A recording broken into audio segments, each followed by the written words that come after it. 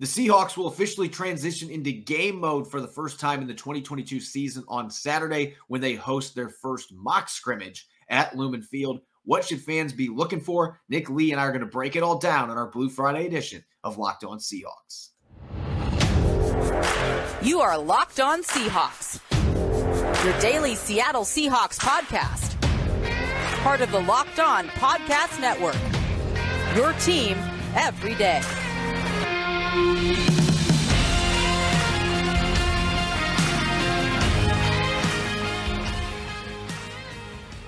Greetings, 12s. This is Corbin Smith, your host for Locked On Seahawks. Joining me for our Blue Friday episode, my co-host Nick Lee. Thanks as always to our listeners for making Locked On Seahawks your first listen 5 days a week. We greatly appreciate it. We're almost to our first game day, and I'm going to use air quotes with that, but the Seahawks will have their first mock game scrimmage coming up on Saturday at Lumen Field. All eyes are obviously going to be on the quarterback position, a number of rookies as well.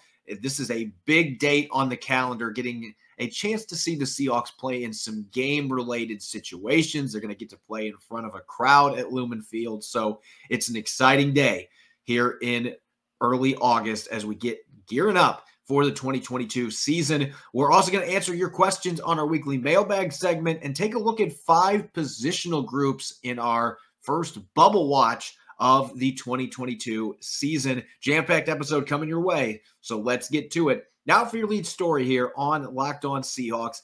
After the Seahawks take the practice field today, they'll have 7 practices under their belt. The 8th practice will be their first game situation. They will be partaking in their first mock game scrimmage at Lumen Field on Saturday. And Nick, this is a huge turning point in the month of August because the pads have now come out for a couple of practices. This is going to be the first chance to really see what this team looks like in a game situation. They've scrimmaged some at practice here in these first 2 weeks, but we haven't seen a lot of actual game-related situations. And when you're breaking in a new quarterback and you got a bunch of rookies with a chance to play, certainly that brings up the importance for this game up a notch compared to the past several seasons. Sure, and I think this helps the coaches as well because this is an opportunity for them to kind of get in game mode and make those decisions and go through the reps of game time decisions with the new personnel, especially at quarterback. And obviously, when we're talking about what to watch for in this mock game, it starts with the quarterbacks. I mean, let's not kid ourselves. Let's not beat around the bush. Yeah. It's about the quarterbacks and what the fans read about this game or watch if they're there. Or if they can catch a glimpse of it on highlights on TV or something, they're going to declare a starter. They're going to say, oh, so-and-so, should be the starter because of this and that. It's going to be an overreactionary thing, I'm sure. But it's definitely going to be there because this is all that fans have to go on for sure. And this is the most live situation both Geno Smith and Drew Lock have faced so far. So this is probably the best data so far that the coaches have in deciding who's going to start. But it obviously starts with Drew Lock and Geno Smith there, who's going to stand out, who's going to make the most plays, especially downfield and especially in the red zone. We'll get a little more into that, but there's an opportunity here to really make a statement. Absolutely. This is a big stepping stone in this competition. If you want to call it that to this point, Geno Smith has had pretty much all of the first team reps. That'll be one thing I'm going to be watching. Is Drew Lock going to get any opportunities to play with the first-team offensive line and first-team skill players in this mock game? Because he really hasn't had that chance on the practice field for more than a handful of snaps. He's played really well, though, the last couple of practices. At least he's improved compared to what he was early in training camp. And so it feels like the time is now to start getting him some of those opportunities and truly turn this into a competition. What I'm going to be watching, which quarterback takes care of the football, that's obviously going to be a big key in this race. I want to see which quarterback can sustain drives, move the chains, and most importantly, put points on the board. You want to see which quarterback is able to lead touchdown drives. Drew Lock has been the better quarterback at that the last couple of practices, but he's been doing it against second and third team defenses. So that is your caveat there. Again, that's why I'm really curious to see if Lock gets some reps with the first team offense in this scrimmage. But all eyes are going to be on those quarterbacks. Much different circumstances than Seahawks fans are used to. It's usually we're watching the backup quarterbacks to see who can win that job because we've got Russell Wilson under center. That is no longer the case. And so you're looking at who your starter's going to be. A lot is on the line. So this is a more important mock game at the quarterback position than there has been in a long time for the Seattle Seahawks. I think you also have to look at the pass rushers versus the offensive tackles, because if there's another position where the Seahawks have some major question marks, those two spots, they've got some talent at those position groups. They've invested draft picks at both those position groups.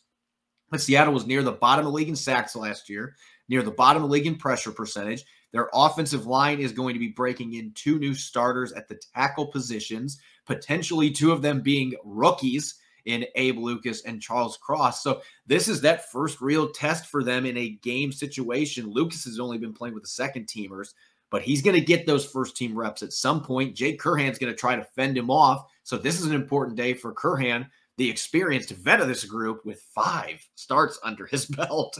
And then you've got Cross, obviously, on the other side. Looks like he's going to be your day 1 starter at left tackle, but he's going to get tested.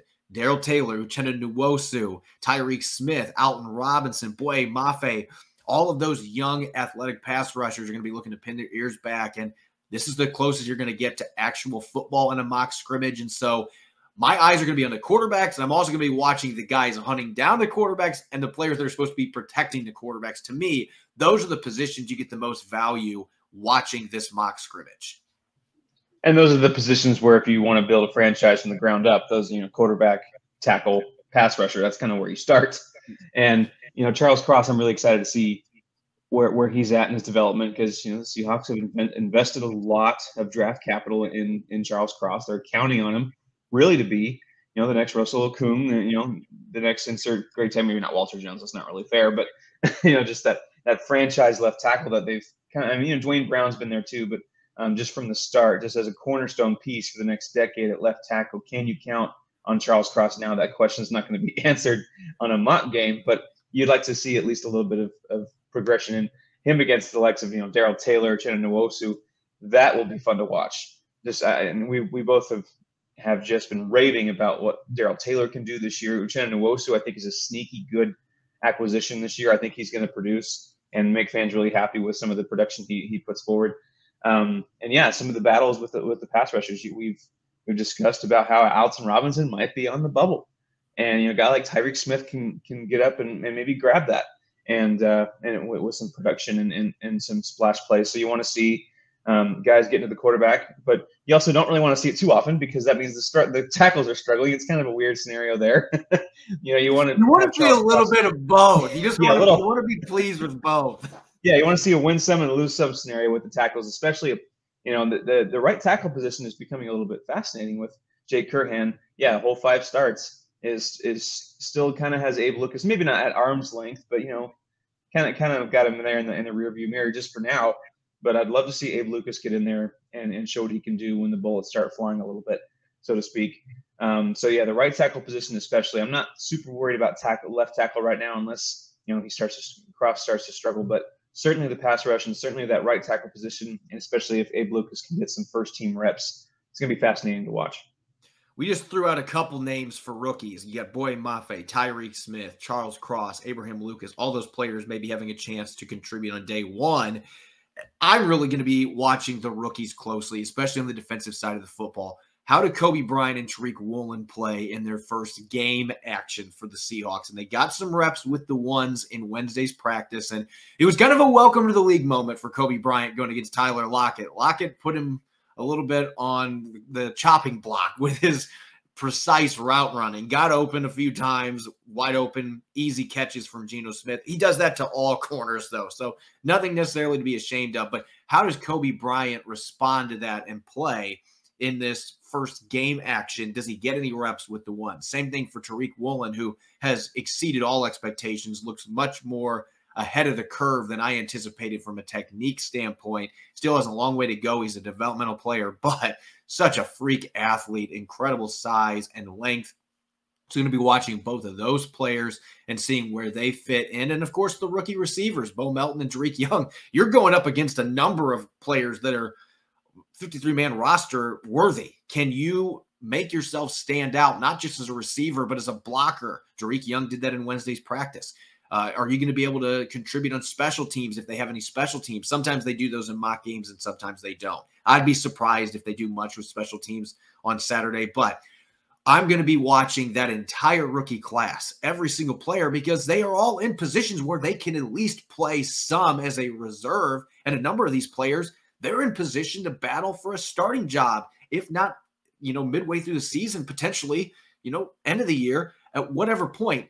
All these guys are competing for playing time, and they're in a really ideal situation. So I'm going to be watching all those rookies, seeing how they handle this first game action, and using that term a little bit loosely. But for rookies, this is a really big deal. It is a big step up from the practices they've had so far. Yeah, we talked about last show where this draft class really could be maybe not as impactful as far as Hall of Fame quarterback, Hall of Fame linebacker, but can really jumpstart a new era of Seahawks football, like that 2012 class. And I used the analogy of just the jumper cables and sticking it on the battery. And this is a class that can do that. When you got a tackle, you got a pass rusher, you got a couple corners, some receivers. Those are positions that really can make a big impact. And for me, if I had to pick, if I go to camp or whatever, and all the position groups are split up, and you can only pick one, position group battle to look at, I'm looking at corners. Corners are going to be really fun to watch, and especially with these two rookies, Coby Bryant, Tariq Woolen. So those are the guys I really want to see, just because I have high hopes for Coby Bryant, especially just with his competitiveness, with his ball skills. Jim Thorpe Award winner, over his teammate Sauce Gardner. There's some expectations there when you have that name attached to you. And then Tariq Woolen, who's maybe not as raw and unrefined as we thought. Getting him running around with some of the best receivers in the league, and again against the Seahawks receivers group in live action, I'm really excited to see that. Yeah, so especially on defense, I really want to also hear a bit more about Boye Mafe. He's been pretty quiet as far as making an impact in camp and making plays. That's not necessarily a bad thing, but I'd love to have him like, oh yeah, Boye Mafe had a sack and a half in this game or in this mock game or something like that. I'd love to have Boye Mafe make an impact. And but yeah, so especially on defense. And then the Bo Melton and Tariq Young, the two last picks of the draft. I really truly think that at least one of them could make a big impact this year on offense, and we might see them make an impact here on the mock game. When we return, we're going to get to your questions. Our weekly mailbag segment, we've got a lot of them from the 12s on social media. Going to answer as many of them as we can here on our Blue Friday edition of Locked On Seahawks. If you're living paycheck to paycheck or struggling to make ends meet, it can be really stressful when unexpected expenses come up. Now Dave can help you get out of a pinch when you really need it. Dave is the banking app that can help you get up to $500 instantly with extra cash. That's more money to fill your tank, buy a wedding gift, or catch up on bills. You can finally tackle those expenses that have been stressing you out without any hangups. There's no interest and no credit check needed. Millions of people have already downloaded the Dave app to get the financial relief they need with extra cash. So if you're in a pinch and need some extra help, download Dave and think of it as a helping hand from future you. Download the Dave app from the App Store right now. That's DAVE. Sign up for an extra cash account and get up to $500 instantly. For terms and conditions, go to dave.com/legal. Instant transfer fees apply. Banking provided by Evolve. Member FDIC. You're listening to the Locked On Seahawks podcast, Blue Friday edition. This is your host, Corbin Smith. Joining me for today's show, my co-host, Nick Lee. Thanks, as always, for making Locked On Seahawks your first listen 5 days a week. We greatly appreciate it. As we usually do on Friday, it's time to get to our weekly mailbag segment. We got a lot of questions from you, the 12s, on social media. Going to try to answer as many as we can here in this second segment. A lot of roster-related questions, as you would expect this time of year. So first question coming from Theron Olson tweets, how has this quarterback battle compared to the one in 2012? Well, really, this is like the ultimate comparing apples to oranges type situation, because 2012, you had a rookie quarterback in Russell Wilson that was coming in, lighting it up. You had Matt Flynn, who was signed to a big contract in free agency coming from Green Bay. You didn't really have an incumbent. Tavares Jackson was there, obviously, but he was the distant third in this quarterback competition. But you had intrigue. I can't say that there's much intrigue right now with the battle going on between Geno Smith and Drew Lock. Now, maybe that changes if Drew Lock gets some first-team reps and he continues to ascend and play better. The last couple of practices have been better for him on the field, and he's led a number of touchdown drives. then suddenly this could become a lot more intriguing than what it has been. But to this point, it really hasn't felt like a true competition with Geno Smith getting most of the first team reps. Neither guy has done well in red zone periods, pretty much on a consistent basis. They've been struggling, and there's been plenty of turnovers. There have been a lot of misfires to DK Metcalf, both guys trying to get timing down with their star receiver. And so there's a lot of question marks here. 2012, there was some optimism. I don't know that that necessarily is being felt right now with the quarterback situation. And again, that could change if Drew Lock starts really flinging the pigskin around and he's looking good, or Geno Smith gets on a hot streak. Then, certainly the narrative can change. We're only a week into training camp. At the same time, though, it's hard to see very many parallels between that quarterback competition in 2012, particularly with an upstart rookie like Russell Wilson leading the way, compared to this quarterback competition between two guys who are failed starters, and they're trying to basically reset their careers in Seattle and what probably will be their last chance to be a starter in the NFL. Next question here coming from Luke Guthrie. This one's for Nick here. What are the chances we pull off a big trade? And if so, who would you like it to be? Well, depends what you mean by big trade. I think the chances of a big trade where it's a big upgrade on your team, quarterback like, a Baker Mayfield situation, or, this like Jimmy Garoppolo perhaps, are slim to none. Or they're pretty slim, I would say, at this point. Let's be honest. I think the Seahawks are going to be riding or dying with Geno Smith or Drew Lock. I think it's become pretty clear with some of the opportunities that they've had with Baker Mayfield, Deshaun Watson. Oh, thank God they didn't do that one. But just some of the opportunities that were there that they just haven't taken advantage of. I just think that they're complacent, at least with the quarterback position right now. So as far as maybe you're hinting towards a big trade at quarterback, I don't see that happening.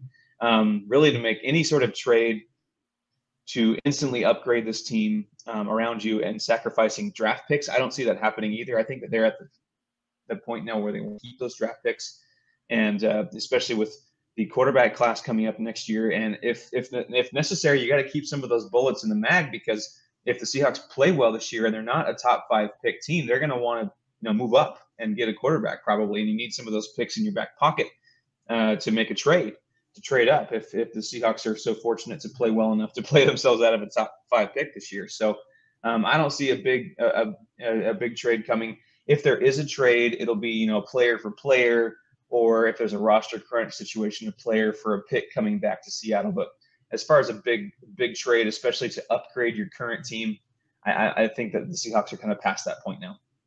Yeah, it seems like based on where the roster construction is and the fact you just moved on from Russell Wilson to Bobby Wagner, this is probably not the time where you're going to be flipping high draft picks to go out and get a proven veteran. They're not at that stage where they're one piece away. They think they're a contender. Maybe you'll see a few small trades. John Schneider likes to do those at the end of training camp, but don't expect any splash deals. Third question coming from Thomas tweets, why the hell have we not moved Damian Lewis or Phil Haynes to center? What can be done to get Haynes in the lineup? And so that last question there, I tweeted about this yesterday. It's kind of a sad situation if you're Phil Haynes, because he finally is healthy. And he played so well in the 2 starts he had at both guard spots late last season. Oh, by the way, Rashad Penny went for 170-plus yards in both those games. And a big reason why was because Phil Haynes was just moving dudes off the line of scrimmage. And he was doing that in Tuesday and Wednesday's practice. He got a lot of first-team reps on Wednesday playing in place of Damian Lewis, who was getting a veteran rest day. So this guy has really ascended now that he is healthy. He's playing to the level that I think all of us thought he could. He just couldn't get healthy his first 2 seasons. So you'd like to find a way to get him into the lineup. At the same time, Gabe Jackson showed up at camp in better shape than last year. I think he's looked pretty good so far. They've been careful with his workload, and that's what you're going to have with veteran offensive linemen that are north of 30 years old. He doesn't need to be practicing every single day. Keep him fresh for the regular season. Damian Lewis has looked pretty good too. So there's not really a spot for him unless you wanted to slide him to center. I've asked Pete Carroll about that a few times, and he's never really given an inkling that he had any interest in doing that with Phil Haynes. Lewis has started a game at center, but they've already moved him twice position-wise. I can't see them doing that and moving over to center. They really think Austin Blythe can be a glue guy because of his knowledge of the scheme, his familiarity with Shane Waldron and Andy Dickerson. So he is going to be your center in week 1. It's not going to be anybody else. It's not going to be Lewis. It's not going to be Haynes. It's going to be Blythe. And so there's just not a spot right now for Phil Haynes to get in the lineup, but he's one heck of a hedge to have that can play both spots at a high level. Lewis and Jackson were banged up at times last year. Jackson's coming off knee surgery. So you like having depth, and Seattle's got that in Phil Haynes, a guy that is a starter caliber player that can play both spots. Next question from Cool Hawk Fan tweets, and this is a really good question off that last one for you, Nick. Does Gabe Jackson have any trade value? And that really plays into the idea of getting Phil Haynes into the lineup somehow. Yeah, I mean, if you feel really good about Phil Haynes as the guard of your future, sure. Yeah, I mean, he's still a very viable guard, Gabe Jackson, 31 years old, I believe, and looking at his contract, he has an option for 2023 season, so you have potentially 2 seasons of Gabe Jackson, 2022 and the next season. So yeah, there's some trade value there. Is there significant? The Seahawks traded a 5th-round pick for him to the Raiders ahead of last season, and now that he's a year older, a year less in his contract, probably not going to get that back. You probably get a 6th or 7th, probably. But if another reason, like I talked about with my last question, if there is a trade to be had, it is to kind of with a roster crunches just to see if you can get a draft pick out of somebody. Gabe Jackson, if you feel really strongly about Phil Haynes in there, with them you lose the 2 guard spots, and Austin Blythe has kind of stabilized center position at least a little bit. Sure, that's probably your best option, I think, that I can think of to trade a player for some sort of draft pick. Gabe Jackson is on that list, but I hate to see that though, just because the veteran that he is, the depth that he provides, and at times last year he played really well. He kind of struggled a little bit with pass protection, but that could have been some of the knee issue and all that stuff with him needing surgery. But you don't want to sacrifice depth just for the sake of trading for a draft pick. But especially if you're really wanting to move one of Lewis or Haynes to center, if that's truly something that happens, definitely then not. You want to keep Jackson in the lineup. But as far as if there's a list of players that might become expendable and you can get a draft pick for, Gabe Jackson I think would be on that list. That's a good question, but I don't think it's likely to happen. Yeah, I don't think it's likely because of his contract. He's one of the higher cap hits on Seattle's roster. It would save them some money. If they cut him, they wouldn't really gain anything. But if you trade him, they would get some of that cap back that they could work with if they wanted to. Probably not going to happen. Last question here coming from Marcus, and I think that this is one hell of a question. Do you think the always compete mantra has fallen by the wayside? It doesn't feel like this camp is living up to that.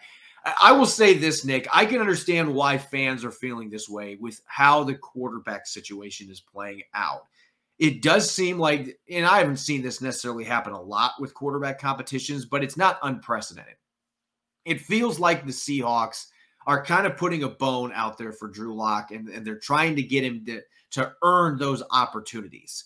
And that Geno Smith started 3 games last year, played fairly well, so he is the incumbent, so to speak. It's a little different situation, like, when the Patriots got rid of Tom Brady, and I'm going to say got rid of and loose terms there, but Tom Brady going to the Buccaneers, they decided to part ways. They went to Cam Newton, and they had a couple of other players that were on the roster, but none of them had starting experience. They were starting the slate clean. When the Lions traded Matthew Stafford, Jared Goff came back in return, so they had a different quarterback that was their starter. Normally, that's how it goes. You don't have the backup, unless it was a young guy. There are examples of that, but you don't normally have the backup come in and it be a seasoned vet like Geno Smith and be like, you know what? You're going to get a chance to be our starter now because we traded Russell Wilson. That doesn't happen often. So it is kind of a rare situation, not unprecedented. But it feels like they're looking at what Geno did last year and saying, the offense, so you're going to get these first-team reps. And, Drew, you can get those opportunities, but we're not going to just give them to you up front. You need to earn those chances. So I don't know if I necessarily agree with that approach. Maybe it ends up working for the Seahawks if Drew Lock really puts it together. Or Geno Smith, he ends up just winning the job outright. And then they go in the season feeling fairly comfortable with their quarterback situation. But I do think you can see the always compete mantra at the other positions. I mean, just like a cornerback with how many guys have a chance to start in week 1, how exciting that competition is. At receiver, you've got 7 or 8 guys competing for that 3rd, 4th spot, maybe 5th spot on the roster that all have legitimate talent. And so those positions, you can certainly see the competition. Phil Haynes is getting those first-team reps. Jake Curhan is getting first-team reps at guard and tackle. They're mixing in Stone Forsythe. I think Lucas is going to get that opportunity. It's kind of like Locke. You're a rookie. You got to earn those opportunities to play with the first-team line. So I don't know that it's fallen by the wayside. I've seen a lot of competition out there. The quarterback situation, how they're playing that out, I can see why a fan would think that way. But I certainly think that Pete Carroll's mantra is holding true for the most part. This has been so far a very competitive camp across the board. Let's be real. You know, the always compete mantra is always compete unless you're the quarterback, and then it's a little bit special. It's always been that way. You know, it's not like Russell Wilson was constantly trying to keep his job every single camp. I mean, obviously he was head and shoulders above his competition, but oh no, Trayvon Boykin's here. Oh man, I gotta watch my job. Yeah, it's a bit different. We all know quarterbacks get special treatment. You know, the league is designed to protect quarterbacks with penalties and the rules, and it's no different in training camp. It's no different here. So yeah, I think that they always compete mantra fell by the wayside a little bit in the last few years of the Russell Wilson era, and you've heard grumblings from the departed Legion of Boom guys about it, but I think it is back in a way where there's a really competitive rookie class. There's a lot of competitive positions there, the tackle position with Jake Curhan and Abe Lucas, especially cornerbacks like you mentioned.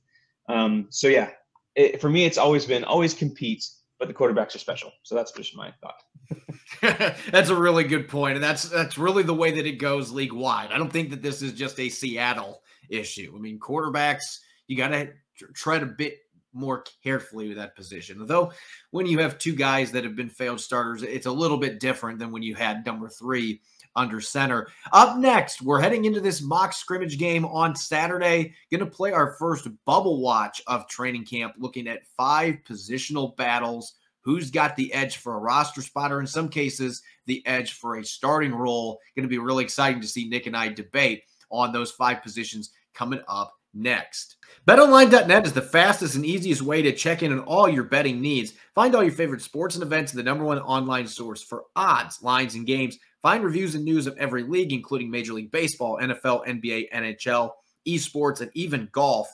BetOnline continues to be the top online resource for all your sports wagering information, from live in-game betting, scores, and podcasts. They have you covered. Head to BetOnline today or use your mobile device to learn more about the action happening today.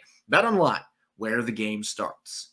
You're listening to the Locked On Seahawks podcast, Blue Friday edition. This is your host, Corbin Smith. Joining me for today's show, Nick Lee. Thanks as always for making Locked On Seahawks your first listen 5 days a week. We greatly appreciate it. And make sure to make the Locked On NFL podcast your second listen. Our national NFL experts and insiders keep fans dialed in with the biggest stories and the latest news from around the league throughout training camp and the preseason. You can listen on all major podcast platforms as well as 5 days a week on YouTube.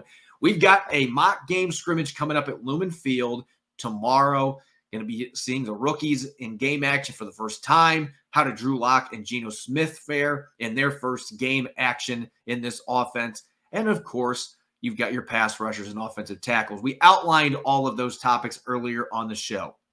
But when you're in the middle of training camp, you've got all kinds of positional battles going on. We've talked corner in an earlier episode this week. Obviously, the quarterback situation, the right tackle position. But there are a number of other spots that are up for grabs, whether it's in the lineup or just making the roster in general. So without further ado, Nick, it's time for our first bubble watch of the 2022 training camp. And so let's get right into it here. This one isn't for a roster spot necessarily. DJ Dallas and Travis Homer probably are safe to make this football team, but only one of them can be the primary 3rd down back. So, Nick, I must ask, who do you think is the primary 3rd down back, DJ Dallas or Travis Homer? Yeah, 2 former Hurricane teammates going at it now for a specific spot. Just looking at the statistics, Homer has an impressive 5.9 yards per carry in his first year so far, or for in his career so far in limited action. 3rd down backs obviously need to be a bit more effective in the pass game. Pass protection is not just about running the ball. Homer, 36 catches, 307 yards in his career, 8.5 yards per reception, which is pretty impressive. Dallas, not quite as effective in the run game. 38 catches, 244 yards, and 6.4 yards per reception in the passing game. So if you're looking at those, Travis Homer has the edge there. It really is going to come down to who's better at pass pro. I think just with that, that's probably the most important position, most important job of a third down back. Yeah, you got to catch the ball. Yeah, you got to be effective in space. But can you protect the quarterback? Can you protect the guy where a blitz gets through? Can you pick up a blitz? Can you understand, blocking schemes and who's your guy and who's left uncovered, who's left unblocked that you got to take care of. So that's pretty much going to come down to it, I think. And I think a game like the mock game is going to be great for this. I think they both have made strides in that area, pass pro, but it's really going to come down to who's the better pass protector. Yeah, and I think Travis Homer takes the cake on that one. And I do think DJ Dallas has improved a lot, but Travis Homer was the best pass protecting running back coming out of his draft class, and he's been such a talented player in that aspect ever since he came into the league. He's one of the best pass protecting backs in the NFL right now. And I'm not afraid to say that. I've watched a number of backs, just the technique, his willingness to come up and stick people, his communication, understanding of the blocking schemes. I mean, he has it all. And so if that's what it's going to boil down to, Travis Homer is your third down back. I think DJ Dallas is the better runner, especially between the tackles, and he has been impressive in camp. He had a great day on Wednesday until he got kicked out of practice, but had a really good day, and you can see the receiving skills. He used to be a receiver, so he's got the skills to be a really good third down back. I just think ultimately this is going to shift to Travis Homer just because of his pass protection skills. And there will still be opportunities potentially for Dallas to get on the field on offense. It's going to be tough with Ken Walker III and Rashad Penny at the top of the depth chart. If you lose out on third down duties, you're probably mostly going to be playing special teams. There's only so many snaps to go around. So I think Homer has the edge here. But Dallas certainly has had a good camp, and maybe his receiving and running attributes end up weighing in his favor. I just think the pass protection prowess of Homer is going to give him the edge there. Now let's go to the defensive line, and this has been a positional battle that we've already dived into a little bit, but now that we've had a week plus of camp and we've had the chance to look at both players, LJ Collier versus Myles Adams, I think these two players are competing for one roster spot. Your former first-round pick in Collier, an undrafted player in Adams who has been a revelation. I think this is a really close call right now. A lot of fans would be thinking, based on what Clint Hurtt has said and what Pete Carroll said, that Collier would have a pretty significant lead here. I think this is a very tight gap between these two players. Yeah, Myles Adams really impressed last year in limited duty, and he's really come along. He's been kind of a practice squad, turnover guy for a few years. And now I think he's maybe finding his niche and coming to his own a little bit in the NFL, getting his sea legs under him. And he could absolutely make this team. I truly believe that. LJ Collier, I think this defensive scheme change might save his Seahawks career. I do. Just with that, this is kind of more of the scheme, more of the concepts that really turned him into a first-round pick at TCU.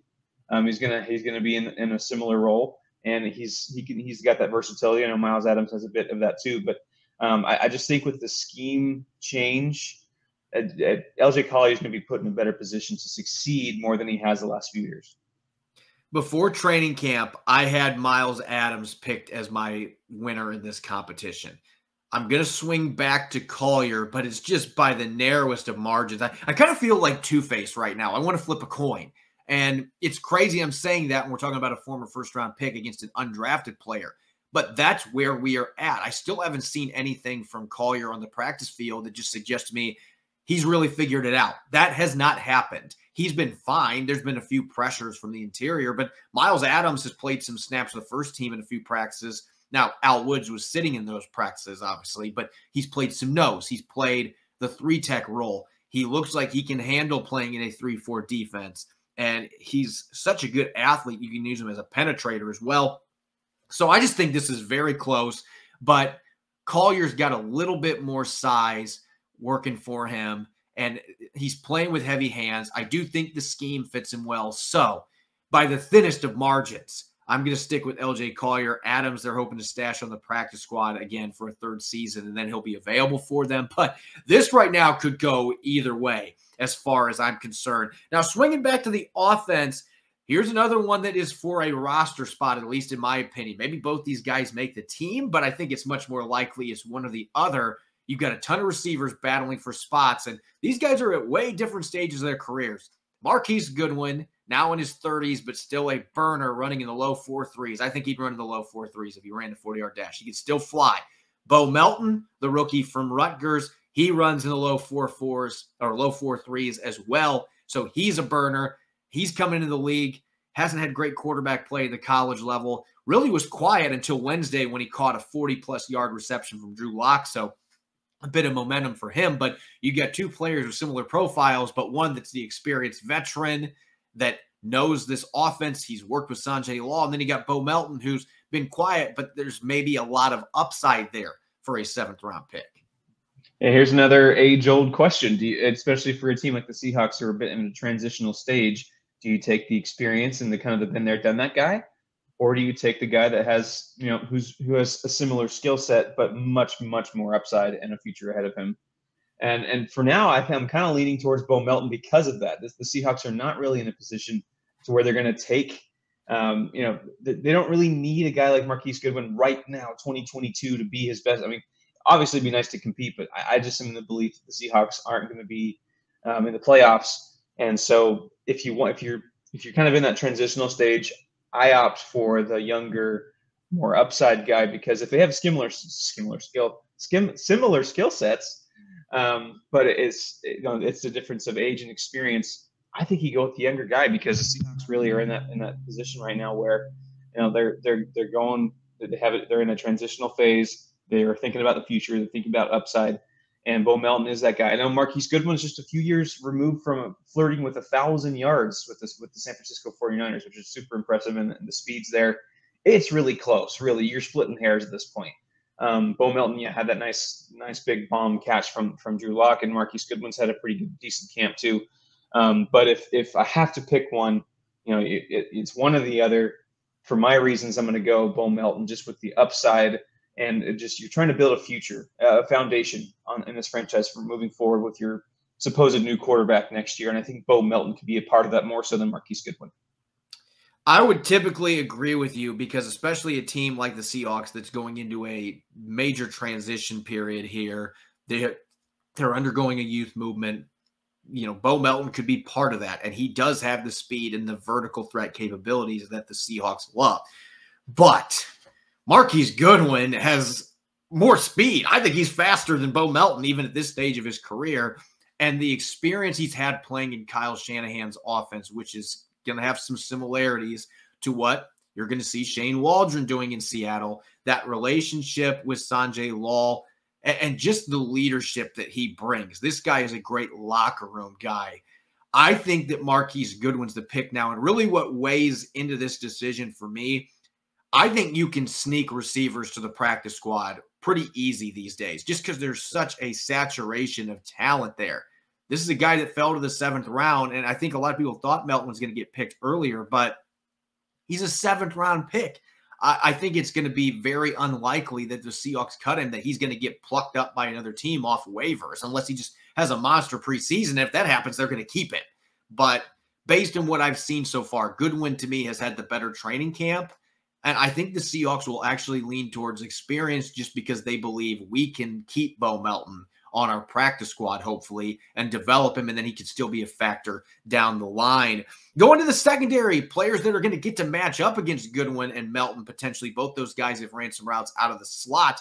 Our slot cornerback position, we got 3 players, Justin Coleman, Ugo Amadi, Marquis Blair. I think you and I would agree that all 3 of those players are probably safe to be on the roster. They've all got special teams value. Coleman's been a great slot for a number of years. Is still looking like he's got it. Had a good season for the Miami Dolphins last year. Blair's versatility, Amadi's versatility, different skill sets. But all 3 of these guys bring different things to the table. But if you had to make a pick right now, who is going to get most of the slot reps, which one do you think it would be? I think Justin Coleman's the leader in the clubhouse, so to speak. I really do, with the veteran experience he's got, and also just he's been pretty much the best slot corner right now. I mean, he was the best slot corner the Seahawks had a few years ago when he was in Seattle, and he's still shown that he's absolutely got it. And it's not, like you mentioned, this is not a Justin Coleman's a slot guy, Ugo Amadi and Marquis Blair get the axe. It's not necessarily that way, because Amadi and Blair are both very versatile. They can play safety. They can move around the defense. And I think that's to their advantage to stay on this roster. Marquis Blair, we've seen, it's maddening. Just the ability, the versatility is there. He just can't stay healthy. And I'm a huge fan of what he can do in multiple spots, safety, slot corner, you name it. He's just a fierce tackler. He's pretty quick and agile. So Ugo Amadi, he's got that speed that you want, and he's pretty aggressive as well. So I think Justin Coleman is the leader in the clubhouse, but that's no slight on the other two guys. They're versatile. They can get the job done when needed, but they might be needed elsewhere. With maybe that's a third safety or what have you. There's some use for them still, but Justin Coleman should be the leader. I'm going to go with Blair for this just because I think he's going to get the most snaps. If he can stay healthy, that's the big caveat here. I don't know that we're going to see Seattle use traditional slots very much. It might happen in some games where you're going to see more of Justin Coleman, but Sean Desai, his influence on this scheme, I have a feeling that he's going to do whatever he can to get 3 safeties on the field. I've seen a lot of that in training camp so far. I've seen 4 safety defenses. They've been playing some dime on the field with Jamal Adams up like a linebacker. So they're doing all kinds of tinkering with how they can get as many of those safeties on the field as they can. And that's such a deep position group that you want to take advantage of that. So you're going to have that big nickel, that big slot, or even a big dime. You're going to have Marquis Blair out there on the field. They want him, Quandre Diggs, and Jamal Adams playing together. Maybe mix Ryan Neal in or Josh Jones as well, but they are wanting those safeties on the field. That's a big part of Sean Desai's philosophy. He likes to get those safeties on the field and do some creative things with them. So I think if you're looking from a snap perspective, Marquis Blair is going to be on the field more. If you're looking pure slot, Justin Coleman is going to be the one that's got the edge in that regard. So I think both of them will play plenty of snaps. I just think Marquis Blair, they're going to find a lot of different ways to utilize him as long as he can stay healthy. As always, you can follow me on Twitter at Corbin Smith NFL. You can follow Nick at Nick Lee 51. Make sure to check out Locked On Seahawks on Apple Podcasts, Google Podcasts, Spotify, and we're streaming video form 5 days a week on YouTube. When we return on Saturday, going to have our first post-game podcast of the season, post-mock scrimmage podcast. Going to have some hot takes coming away from that first game action. Who's hot, who's not, and much more. Hope you'll be listening in. We'll be rolling live after the scrimmage at Lumen Field. Enjoy your weekend. Thanks for listening. Go Hawks.